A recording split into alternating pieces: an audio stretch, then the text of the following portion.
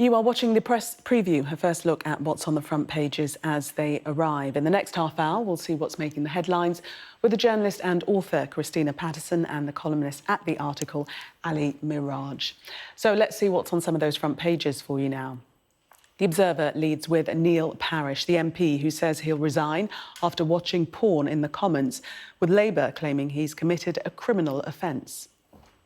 The Commons Speaker, Sir Lindsay Hoyle, is calling for an overhaul of working practices in Parliament after a number of allegations against MPs, writes the Sunday Times.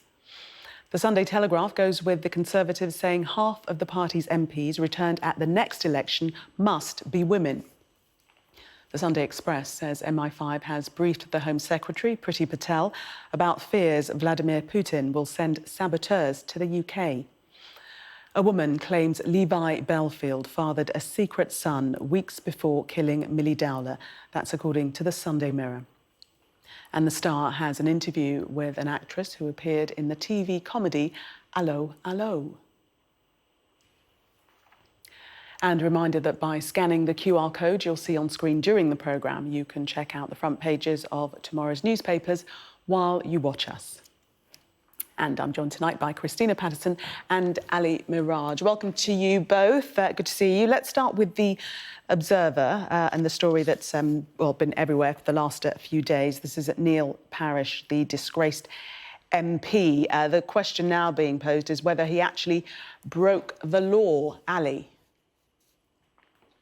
Look, it's a very, very bad time for Neil Parish. Obviously, he's done the right thing and resigned. Absolutely the right thing to do. I think his position was really untenable. And this comes at a very difficult time for the Conservative Party, just a week out from local elections now.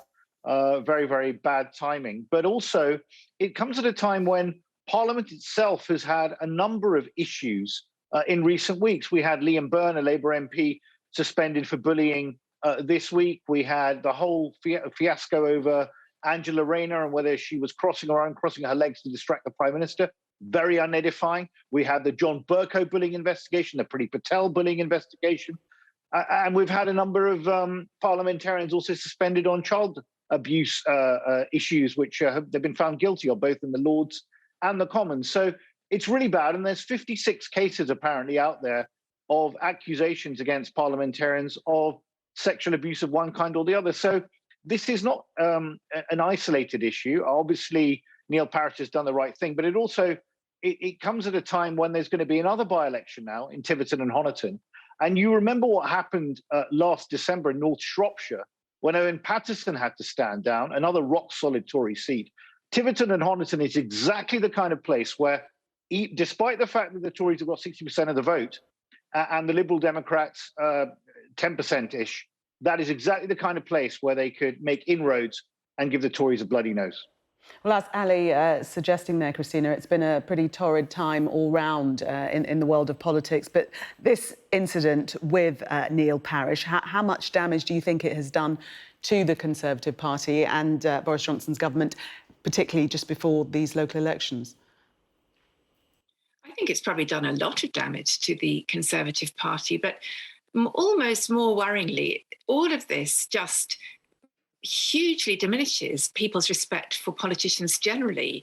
I mean, as Ali says, there are 56 MPs under investigation for sexual offences of one kind or another, and that includes 3 cabinet ministers and 2 shadow cabinet ministers. So I'm afraid I do think the Tory party certainly gives the impression of being infinitely worse than the Labour Party.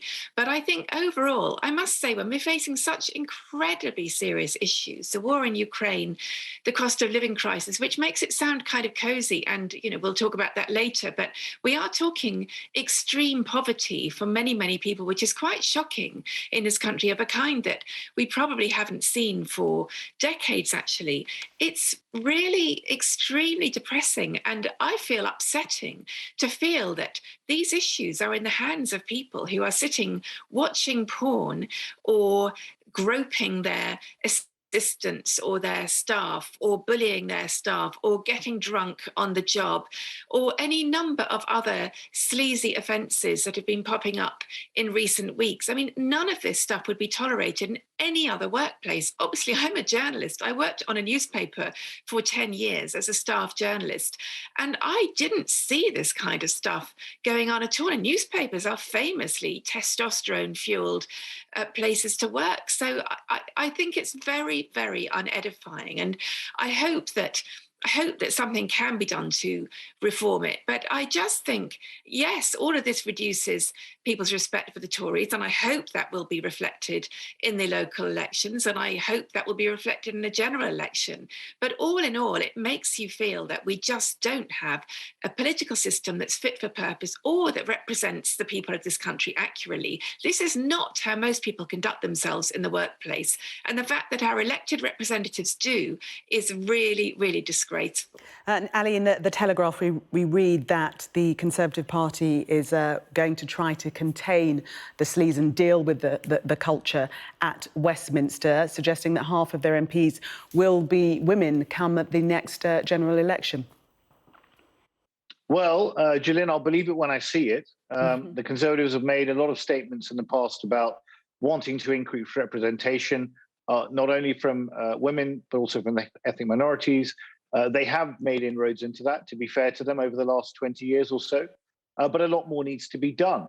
But I think, unless they're going to talk about quotas, and I personally am not a fan of quotas, I think that we need to find other ways of doing it. I know the Labour Party have been very successful with their all-women shortlist to really boost the numbers in Parliament, and credit to them for doing that. I've never really been a fan of quotas, but I think the Tory party, if it's serious, it's got to put its money where its mouth is. Now, you've got Anne Jenkin, the wife of Bernard Jenkin, who set up Women to Win, an internal sort of campaign group, if you like, within the party that's done a lot to mentor, bring on women's talent, etc.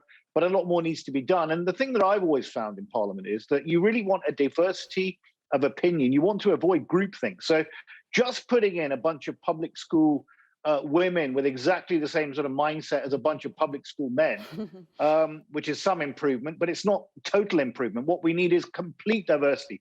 Working class people, people from the north, people from all around the country, to really trying to give us a representative parliament so that we do not end up in groupthink. And the culture of that place does need to change. It's a weird place. I think Christina knows this. Any of us who spend time in Parliament over the years know this. The opposition's trying to trip you up. Your own side stabbing you in the back. Journalists and people operating the media like me are trying to trip them up. It's an odd place. You're working long hours. You're away from your family. It's just not normal. But that is not an excuse for the kind of behaviour that we've seen not only from Neil Parish, but from others. And it does need to be cleaned up. That sounds like a perfect advert for anyone who wants to go into politics. Not. Christina, what do you think needs to be done? Is this some way to address the culture within Westminster by seeking to have more female MPs? Is that part of the way to the solution, at least? I think ultimately it probably is part of a way to a solution. But the thing is, when Ali talks about politics, and in particular the Tory party, needing more diversity, he's right. But unfortunately, we have a prime minister who doesn't countenance any diversity at all. When we saw the cabinet that he appointed in 2019 and has broadly maintained, it was made up of essentially clones. I mean, sure, there was a little bit of racial diversity. And yes, there are prominent women like Priti Patel. But unfortunately, the general message that he sent out and clearly intended to send out was that no diversity of thought would be tolerated. If you weren't a hardline Brexiter, if you didn't subscribe to Boris Johnson's own particular vision, invented, of course, to win the election. I mean, he doesn't have a vision for the Tory party. He doesn't care about the Tory party. What he cares about is Boris Johnson and Boris Johnson staying in power for no reason that is evident to any of the rest of us, except that apparently he quite likes power. But just quickly, Christina, do you think that there can be diversity of thought when people are from the same background, or do you think that's impossible? No, I don't. I think it's extremely unlikely. And I think the fact that the 7% of the population who went to private school have always been so overrepresented in Parliament and in all the institutions of this country is means that you never get any kind of, the diversity of thought you get is extremely narrow. But I think this has to go. You have to get, Oliver Dowden has talked in his dream of getting 50% representation. He's talked about getting the brightest and the best women, presumably people, but also in particular women in this particular situation. How he's going to get those when we have a culture of law breaking, rule breaking, and lying in Parliament, how on earth that's going to attract the brightest, let alone the best? I mean, that is just for the birds, isn't it? So I think any dream of diversity, let alone of integrity, is completely lost when you have this bunch of charlatans in charge. Yeah. Ali, did you want to come in very quickly? Oh, yeah, very quickly. There's also a practical issue. If the Tories are really going to get 50% of their parliamentarians, as I read it, in Parliament representing them, then there's a structural problem here because they've only got 25% at the moment. So what does this mean? Are they going to force out a lot of what we call bed blockers politely, who are coming to the end of their terms of Parliament? Are they going to push them out and then replace them with the women? How practically are they going to do this? Because we've heard this rhetoric before. I mean, there are a certain number of retirement seats that come up, the safe seats that we call them in the Tory party. Are they going to give them all to women, or are they actually going to push out some of the existing people in there and say, look, your time's up, move on, make space for some women to come in? So I don't know. Yeah. Let's see the practicality. Will be interesting to see how they achieve this ambition. Ali and Christina, for the moment, thank you. We are going to take a break. Coming up, leading Tories are calling for a new cost of living minister to sort out the crisis. We'll be discussing that after the break.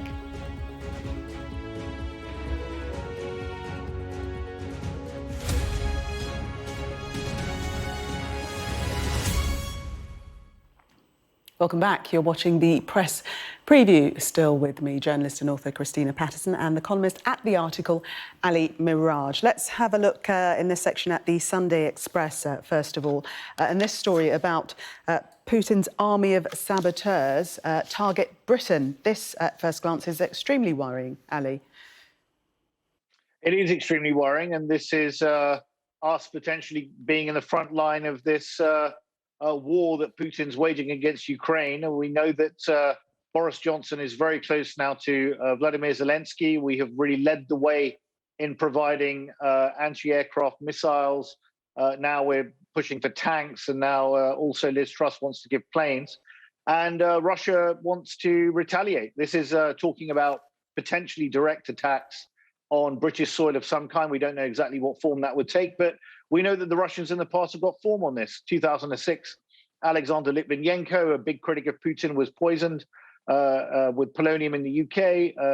Also, the Skripals, Sergei and Yulia Skripal, were targeted in Salisbury in 2018, which resulted in the death of an innocent woman, Dawn Sturgis. So we also know that cyber attacks are something that the Russians are very good at. In 2015, they closed down the Ukrainian power network for a number of hours. So they're expert in this thing and engage in plausible deniability. So critical infrastructure could be in their sights for cyber attacks. Extremely worrying. It is. We read that the Prime Minister and his Chief of Staff, Steve Barclay, have been informed of the situation, while GCHQ is understood to be liaising with European colleagues. And senior officers at MI5 have briefed Priti Patel and her team about the high-level threat. Christina. Yeah, I mean, everything to do with this war is absolutely terrifying. And I have to say, of course, I support the UK helping to provide lethal weapons, helping to support Zelensky too, because clearly justice and truth is on his side, and it would be terrible if Ukraine lost this war. But I'm afraid I don't support Liz Truss, the kind of ratcheting up of the stakes in a way that seems to me unnecessary and very, very dangerous. People who how has she done that?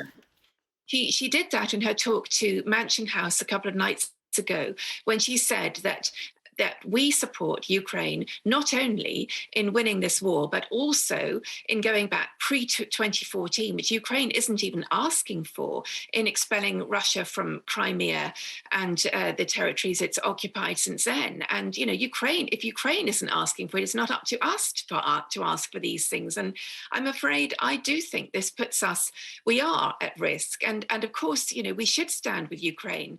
But I think it's very hard to see a good outcome to this. And Putin could not be more dangerous. And I think the people who've been observing him closely, like Fiona Hill in the US, who is one of the sort of, you know, kind of key Russia experts in the world, has said that she thinks there is, you know, a serious likelihood of Putin using nuclear weapons. So I really do think that the West absolutely has to support Ukraine, but it's not up to us to escalate. It's up to Ukraine to say what it wants and us to support them, while not doing anything to bring on World War III, which at the moment looks really quite likely. We've just got time for a quick word from Ali on the idea for a new cost of living minister.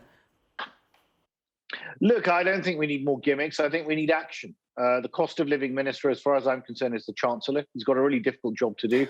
He's got a rising interest rate environment, rising inflation, and 400 billion of borrowing to contend with. He said this week in a Mumsnet interview that it would be silly to introduce more measures right now. I understand where he's coming from, because he wants to wait till October to try and do it. But October is a very long way away. And I think he's going to be under a lot of pressure to take more action. He wants to keep it in the locker because he also wants to make tax cuts ahead of the next election. But I just don't think the political pressure around him is going to abate. And I feel that he's probably going to take more action, but it's not going to be easy for him. Ali and Christina, thank you both for this hour. We'll see you in the next 60 minutes. Thank you.